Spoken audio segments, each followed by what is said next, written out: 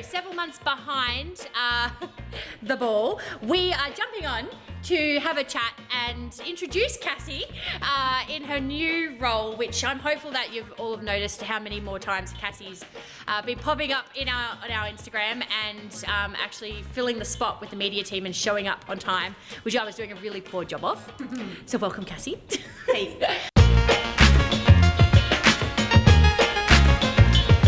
Cassie's been with us for a very long time, since day dot, going on almost 10 years. Where were you before here? Pab's Furniture Rentals. I'm going to ruin all of that. Sorry, can I get you to hold the mics instead? Mic change. All right, so where were you before now? Pab's Furniture Rentals. And how did I meet you? You were my, I want to say, client, and you would come in and I would help you do selections for all of your first installs, essentially. I think it was like 6 months, right? Yeah. So the first 6 months, the first couple of years of the business were hiring furniture, but for the first 6 months, Cassie was my rep that I would use at Pabs.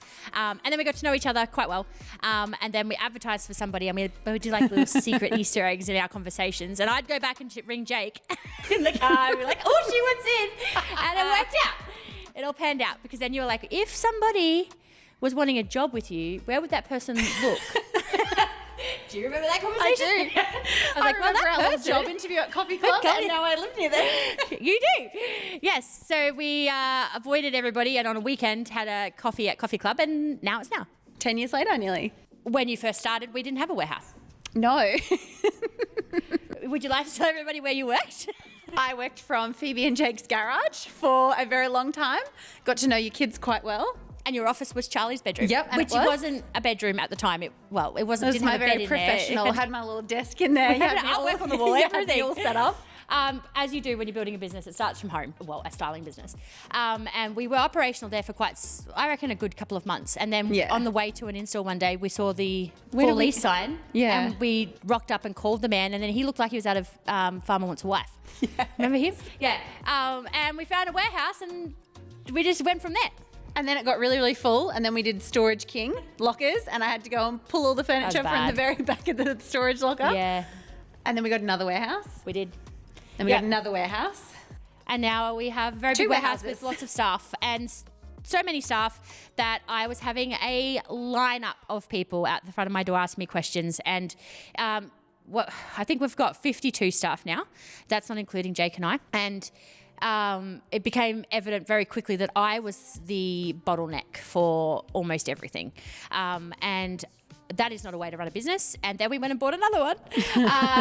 So we needed somebody to take over as far as an operations management standpoint. So any of the day-to-day decisions, problems, phone calls, issues with the staff that arise on a day-to-day capacity, Cassie now has the joy of having a lineup at her door.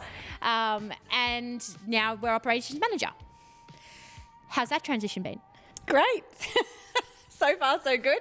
It was almost immediate, the lineup out the front of the door, I'm not going to lie, but that's okay. Comes with the job. We gave a promotion and gave her her own office.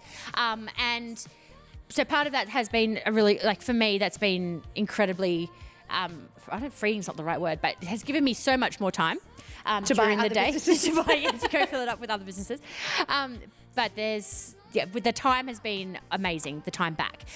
The idea is to be able to build on the business and then do it that way. I think the next role we need to fill is a HR role because that's taking up a lot of our time as a HR component.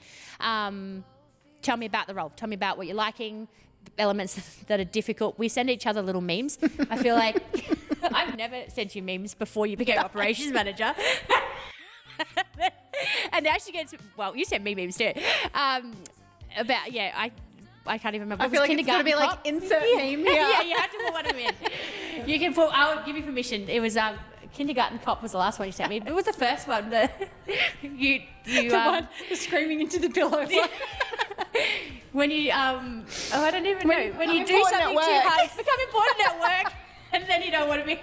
It was so funny. Anyway, you obviously have to see it. It was very situational, very circumstantial to the day. You should put that video in. It was a big day. I want to go home. I don't want to.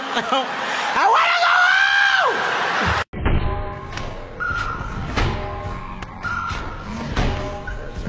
home. But that's what happens. No, that shouldn't happen. but Yeah, I've got it Spring. under control, so no, we're no. good. And we're coming out of the busy period. Yes. Back to my question. Yes. What are you loving? What are you Yes. finding hard? What has been, tell me about the transition for you. I was doing a lot of the things already, so that was kind of, I already had my head around half of it, but it was the more kind of staff management component of it that I was kind of new to wrapping my head around.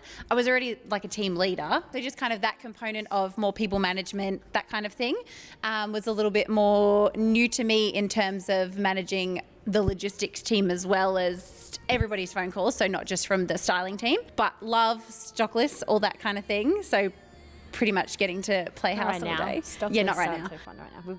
When you've got limited It's furniture, too stock hard. lists are hard. It's too hard. Yeah, when you have 6 houses to pick for and you have 2 bedside tables, it's a bit tricky. Oh, we're buying new stuff, so it's fine. Yep, under control. We've got it control. all under control. All right, trip down memory lane. There's a line here. We're going to talk about our first memories of working together, but I feel like that's Pabs. Yeah. I don't remember installing with you. Yeah, me neither. Not that you're not important. I just don't remember. Yeah, it was just so long We ago. just got it done. We've done too many. Yeah. No, I don't remember any with you. That's really sad. I remember ones where. So when Cassie first started, don't throw me under the bus. I'm lovely. You are. Since you had Penelope, you're a really lovely person. So Penelope is Cassie's first job. Kids will really chill you out. They do chill really, you out. nothing's an issue. I remember calling Jake after Cassie went out to her first install, and I called her, and she was like so dirty. Like, you were really angry. Okay, guys, can I set the scene? Yeah, no. I was in Paddington or Ashgrove or something on a hill like this, and I had to park about 1 kilometre away from the building, and I found a trolley on the side of the road, and I was pushing, I had all my install buckets in the trolley, and I was like this, pushing the trolley up. I don't even know why I answered the phone. I should have just called you. You didn't even tell me you were pushing the trolley. And I'm trying to I've got the phone here, and I'm pushing the trolley up this hill, and it starts tipping, and I start going back down the hill. Yeah. You told me that When afterwards. I answered the phone, and that was why I was a bit cranky. And I didn't And know 10 any years of later, that. she still remembers. Because I rang I've ever been cranky. I rang Jake and I was like, I don't think I can call Cassie an install. Like, it's like she's really It was angry, one like time. resting bitch face, but like resting bitch install. No, it was a bad day, I will was a admit. bad And it didn't even have lifts, so then I had to park my trolley at the base and walk up 6 flights of stairs. When we went back to the pack up, there was a hole in the ground. Yeah, very under construction. Could have told you that. Yeah. That's my memory of you. You were talking about a memory just before, though. Oh, my trauma from that's an install I had with you. Oh yeah, actually that was it. Yep, that's the one I remember. It was a beautiful house. Beautiful new build, Paddington. Same thing, Steep hills. Street. Hills haunt me. I can't do hills. Cassie went to. It's just like There was a paying big you out wine. this There episode. was a big wine cellar. Was Yeah. it under the stairs or something? Somewhere, I don't know. You had to go buy the wine. And I And she parked did. on the hill, and then Phoebe came out to be super helpful, and I got out the car and I was like, "Don't open my boot!" And she had already pushed the automatic button, and every single wine bottle that I'd just bought Rolled down the hill and smashed And it was into 1,000 everywhere. pieces. And they were having to do photos, and it wasn't like 1 or 2 bottles. With so many. Yeah, I remember that one. With so many boxes had moved in my boot, and I almost made it. I almost got out in time, but you were just too quick on the automatic button. And then the same happened when you came back from maternity leave. Do you remember Caitlin's first job with the lamp, where she electrified herself on the? She opened the door from and the the lamp. lamps fell out. That has to happen to I've every only ever stylist. broken 2 things in my entire time at Foxy, and it was the lamp and about 30 bottles of wine. But I say that's your fault. I did my part. Sorry. I remember the client where you and Janessa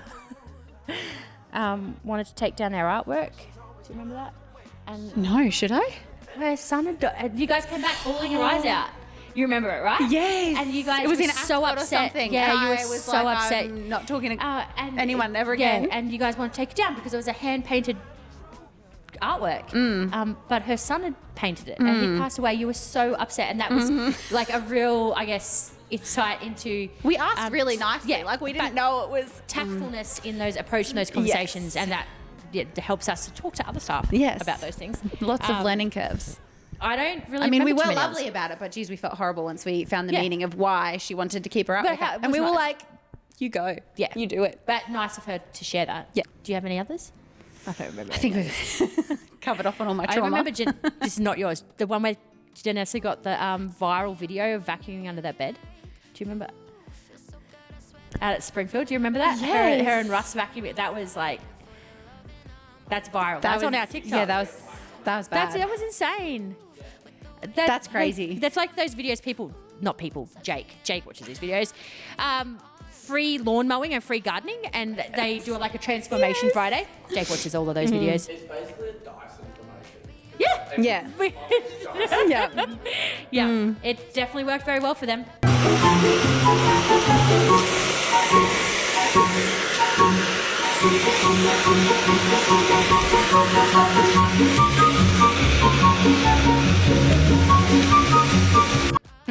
That's my memories with you. There's a lot of it. We could go for hours. Yeah. So now I've got some installs we've done in the last, it was meant to be a month, but I think I've put 3 months now. All right, so the first one is Raff Avenue, Holland Park. It was actually a marketing agency that reached out to us. This was different. It wasn't styling for sale. It was styling for photography. Yeah. It was a commercial or something, wasn't it? Yeah, for Wood Evo. They did all the decking. It was the brand of the decking around the pool, and they wanted us to compliment. So they sent us imagery of certain installs and asked us to match it and said to make it happen. Millie was on site with Mitch that day. They only had it for like a week or something, didn't they? Not even like a day. Like They just wanted the a 3-day shoot was hire. for I a think day. We accidentally forgot about them, and they did have it for a week and a half. Because we didn't go back very quickly. But did you select the furniture on that? I feel like they showed us what they wanted, and then the girls, we just had it. Caitlin did selections. Yeah. Yeah, so she went and made sure that it matched, and it was all fine. And we pretty much had exactly what they wanted, so it was perfect. And we were so generous. We gave the boys a whole 60 minutes on site like it was a normal install. And then Wasn't Millie, me. Wasn't me? When Millie rang me and she was like, "Do I misunderstand this?" Yeah. I feel like the other RAF was probably more interesting, but anyway, we did one across the road 3 days later, which is ready to collect now. It's sold successfully at auction. Really tight floor plan with Sophia. I don't know if you remember it. Had a 6-seat. It's a 5-bedroom house, but only one living area. It's a renovated 3-bedroom cottage, and they're built in underneath with 2 extra bedrooms. Yeah. But the dining, ideally 6-seater dining, would have been right next to the kitchen. It couldn't fit because we now have a hallway, and we ended up having to do a 4-seater round dining table at the entry. But both of them are within a couple of days of each other we styled. Of 43 Ferry Road, West End, for Ray White West End. Sold and has been collected, but had some problems. It did. The stock list was missing a double bed, rug, and a desk chair for the study nook, but luckily we were literally on the same street as a pack-up that was happening that had all those pieces, so I was able to send the truck around the corner, pick up the pieces we needed, go back and fix everything within like 20-minute window, so which was great because I'm pretty sure we had photo deadline as well. So background and like look into what we're doing. So how do we miss a bed on an install list? I believe that was your install list. How did I miss a bed on my install list? Righto. It's all right. I was paid you out before. I'll take it. Okay, How does that happen? So pretty much when we do the stock lists, we go through and we try to be as thorough as we can, but sometimes it'll be like, literally it might be like a computer issue. Sometimes we just miss it if we're going too quickly or if it just doesn't go across in the system. But either way, we do have systems in place where it should get picked up beforehand, but unfortunately it didn't. So we got on site and we were down a couple of items. Yeah. So then the girls will ring me and say, hey, my photos are at midday. It's 10 o'clock now and I'm missing a bed, a rug and a desk chair. Help me, please. And then obviously a bed needs a truck. Yes. So we have to solve the problem. And the truck's already got a schedule and its day's already full. So for us to be able to problem solve that within the schedule without delaying who else is happening on that truck is a skill and a learnt skill that has happened over time. Ideally, it doesn't happen, but when we're doing that many selections, it can happen. We've got the processes in place where other people are meant to double check. My favourite saying, Jake thinks it's stupid, is when the holes in the slice of the cheese line up and an error happens. Jake thinks it's stupid, my saying. And that's one of those days where it wasn't checked. I was obviously rushing, made an error, well, 3 errors and big errors. I own those errors every time. Like, I'm like, yep, sure, I've made those errors, but it's how we fix those errors that matters. And the approach to fixing them is never, oh, what a pain, or this is too much, this is annoying, and it is never, ever going to be reflected on the client. Yeah. Everything can be fixed. Yeah, and it's our problem to make sure it's fixed before photos. So that was a really great example of being done within 20 minutes, how convenient, and no impact ever on end result. We're never compromising. Yeah, we'll always get it done. Yep. All right. Next is one less more about a process issue and errors happening because someone's rushing, and more about what happens when we're quoting sight unseen. Yes. How often do errors happen when we're doing sight unseen quotes? I would say sometimes it's 50-50 because it just depends on whoever is the person that's submitting the quote, how they interpret the layout. So some people might say something is a bedroom, whereas we might put it as a living space or a media room or a study or something like that. Sometimes it just gets lost in translation a little bit. This was one of those cases where we had quoted based off of information we'd been told. We got on site with the furniture for that, and then we had to kind of wing it a little bit and change up the layout based off of what we had available to us on the truck, what we could get out there. But we were able to fix up most of this just by kind of rejigging our original idea of what we were going to do. Yep. So we obviously go into each install with an idea in our minds of where we're going to put everything, and we just kind of had to take pieces from each space without compromising the end result, and we were able to kind of fill in the blanks of the empty rooms that showed up out of nowhere. So 2 parts. Why do we do sight unseen quotes? Like, what if there's going to be an error, why would we do them?